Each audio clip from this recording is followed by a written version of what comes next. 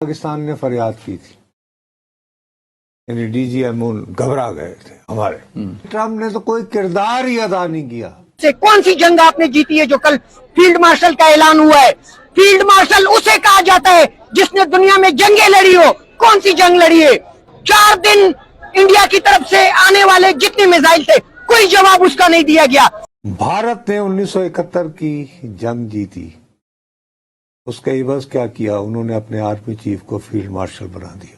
मेरा सवाल आपसे ये है कि जब इंडिया में पहलगाम होता है और वो रिवेंज पाकिस्तान से लेते हैं, एक सिटी का बदला पाकिस्तान के 9 शहरों से लिया जाता है। 15 बिलियन में 9 शून्य होते हैं। $15 बिलियन का नुकसान हुआ है पाकिस्तान को। पीछे इसराइल, आगे अफगानिस्तान और एक साइड पे भारत, ये गठजोड़ है। लेकिन थिंक ये कि अभी पिछले दिनों जंग का समा था, जी जंग हो रही है, हमारे मीडिया ने हमें क्या झूठ नहीं बताया। आज ही सुबह हम तो अभी प्लान कर रहे हैं ना, उन्होंने 32 मुल्कों के लिए वफूद भेज दिए हैं, 59 अराकीन पार्लिमान पर मुश्तमिल। खबरों में क्या बताया जी, एक बच्ची मरी है, एक दो वो औरतें जख्मी हुई हैं और कुछ मर्द जख्मी हुए हैं। आप इस बात को एग्री करती हैं? नहीं, मुझे तो खबर थी 70 से ज्यादा। 70 से ज्यादा, ठीक है, जाने गई हैं। अभी 70 से भी ज्यादा, मेरा ख्याल है 100+ थे। वो कुछ प्लान कर रहा है कि एक और राउंड पाकिस्तान के साथ हो जाए, और अल्लाह करे कि मेरी ये बात गलत साबित हो।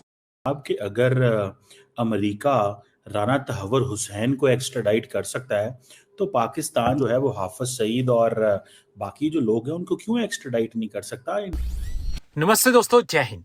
हिंदुस्तान स्पेशल में आपका स्वागत है दोस्तों। जैसा कि दोस्तों आपने क्लिप में देखा, पाकिस्तान धीरे धीरे यह मान रहा है कि भारत के सामने हमने मिन्नतें की कि सीज फायर कर दिया जाए। अब पाकिस्तानी मीडिया में यह बात खुलकर हो रही है। दरअसल पहले पाकिस्तान अपनी हार का ही जश्न मना रहा था, लेकिन अब पाकिस्तान में सबको पता चल चुका है कि आसिम मुनीर ने कैसे पाकिस्तान को बेवकूफ बनाया। अब पाकिस्तानी ये खुलकर बात कर रहे हैं कि आसिम मुनीर ने कौन सी जंग जीती है जो अपने आप को फील्ड मार्शल का ओहदा दे दिया।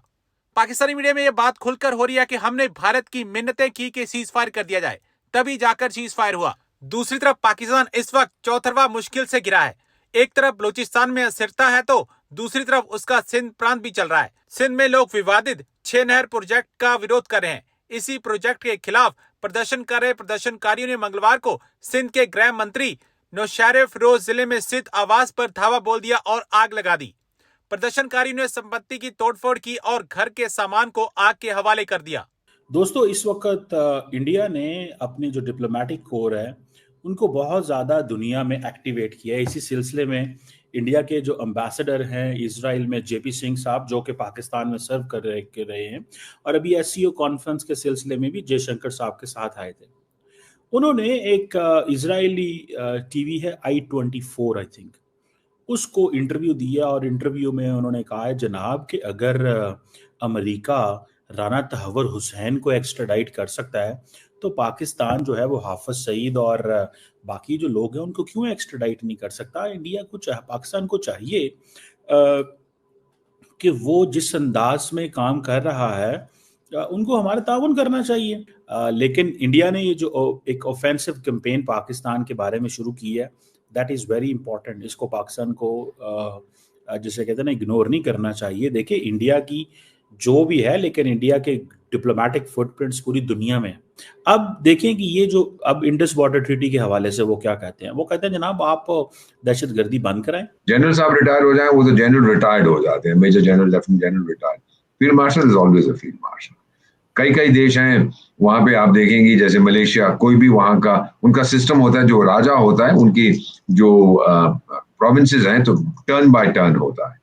तो वहां जो बनता है, चाहे वो 20 साल का हो, 25 साल, वो फील्ड मार्शल बन जाता है सीधा। तो बहुत सारे फील्ड मार्शल इन देशों में घूमते रहते हैं। अब इसका जो मेरा मानना है, पिंजड़े वाली मुनरिया को बाहर निकाला जा रहा है, क्योंकि इसने बहुत नुकसान करा है। मैं तो डेवलपमेंट इकोनॉमिस्ट हूँ, मैं पढ़ाई उस क्षेत्र में की है, कॉलेज में और पढ़ा था, लेकिन आई स्पेशलाइज्ड इन दिस। हम एक चीज करते हैं बेटा, उसको कहते हैं रिग्रेशन एनालिसिस, कि हम देखते हैं कि भाई कितना इस चीज का खर्चा है। और जो हमें पता लगा है, जो मेरी एनालिसिस मेरे ग्रुप ने की है, 15 बिलियन में 9 शून्य होते हैं। $15 बिलियन का नुकसान हुआ है पाकिस्तान को। उनके जहाज उड़ गए, उनका ये उड़ गया, वो उड़ गया, बेसिस उड़ गए, और फिर जो उनका न्यूक्लियर रिएक्टर अभी तक कोई उसकी खास तरह से बात नहीं कर रहा, लेकिन न्यूक्लियर रिएक्टर जो उन्होंने मिलिट्री बेस में नूर खान में यहाँ पे वहां पे रखा हुआ था, वो मेल्ट डाउन जो हुआ है, तो उसको आप कंट्रोल करेंगे, नया बनाएंगे, इसका $15 बिलियन का खर्चा है। और ये सिर्फ इस बेवकूफ ने, इस मुल्ले ने कर दिया, मैड मुल्ला मुनीर जिसको हम कहते हैं। वो सोमालिया में भी 110 साल पहले होता था, एक मैड मुल्ला मोहम्मद, 40-50 हजार अपने लोग उसने मौत के तरफ भेज दिए क्योंकि जिहाद के नाम में। And he was a general, he was a preacher, he was a philosopher, सब कुछ था, तो वो भी मर गया कहीं, मेरा ख्याल डिसेंट्री या डायरिया या मलेरिया से मर गया, किसी को पता नहीं कहाँ पे वो है। ये होता है इन लोगों का। तो मेरा मानना है कि पिंजड़े वाली मुनरिया को अब निकाल रहे हैं, उसको बोलेंगे और देखेंगे आप महीने के अंदर घर जाके बैठ जा और कोई भी दूसरा आर्मी चीफ बनेगा। हो सकता है कि अगर और कोई ना मिले तो हाफिज सईद कोई बना दे आर्मी चीफ, आजकल तो फौज उसकी बात सुनती है। बेसिकली ये है कि और फिर बाय द वे जिस दिन हमने उनको ठोका था उसको डिक्लेयर करेंगे, अभी पाकिस्तान विक्ट्री डे बनाएंगे, और फिर जो वहां है ना एक मीनारे पाकिस्तान लाहौर में है या कहाँ पर है, तो उसको हम मीनारे मुनीर बनाएंगे। आप देखते जाइए क्या करते हैं। और फिर 2-3 महीने के बाद जैसे वो बुशी मुशी मुशी मुशी मुशरफ के साथ हुआ था, या फिर इसको सजाए मौत दे देंगे, इसको देशद्रोह का लगाएंगे और भगा देंगे। ये चला जाएगा साउदी वाड़ी जाके वहां बैठ के कुछ रोज कुरान पढ़ा करेगा, भाषण देगा। सो माई ओन फीलिंग इज कि इसके अगेंस्ट जो मूवमेंट चल रही है, उन्होंने कहा इसको प्रमोट करो। वैसे तो कमांडर इन चीफ वहां के पाकिस्तान के प्रेसिडेंट साहब है, कुछ सरदारी जरदारी मरदारी ऐसा ही कुछ है, मदारी कोई है वहां पे, पता नहीं उसका नाम क्या है। तो वो मदारी साहब ने कमांडर इन चीफ है, लेकिन उनकी तो कोई सुनता नहीं, तो इसको बना दिया और अब ये he is on his way out, there is no question about it. तू घर जाके बैठ, कोई डिसीजन मत ले, बहुत नुकसान किया। ये कहानी है। सर ये भी हो सकता है कि ये आर्मी चीफ भी बना रहे और फील्ड मार्शल भी बना रहे, या ये भी हो सकता है नहीं रहता ना, आर्मी चीफ ट्रेडिशनली अभी तक तो कभी हुआ नहीं, but this will be a change. Field marshal हमेशा रिटायरमेंट के बाद दिया जाता। अब वो इदी अमीन होता था युगांडा का, वो शायद कॉर्पोरल था, जो नॉन कमीशन्ड ऑफिसर, फिर जब उसने सत्ता सीज कर ली वो बन गया, फिर आपने एडीसी को बोला देखो मैं कॉर्पोरल से अब कैप्टन से मेजर, मेजर से लेफ्टिनेंट, 5-5 मिनट के बाद तो वो भी फील्ड मार्शल बन गया। फिर उसने पूछा कि भाई फील्ड मार्शल से बड़ा कुछ होता है, वो बोले इससे ऊंचा, अच्छा बनाओ कोई ढूंढो टाइटल मेरे लिए। उसने 2-4 अपने और डबल फील्ड मार्शल बना दिया अपने, क्या फर्क पड़ता है। बेवकूफ दुनिया हंसती है ना, देखिए हंसने के लिए भी तो कोई जोकर चाहिए ना।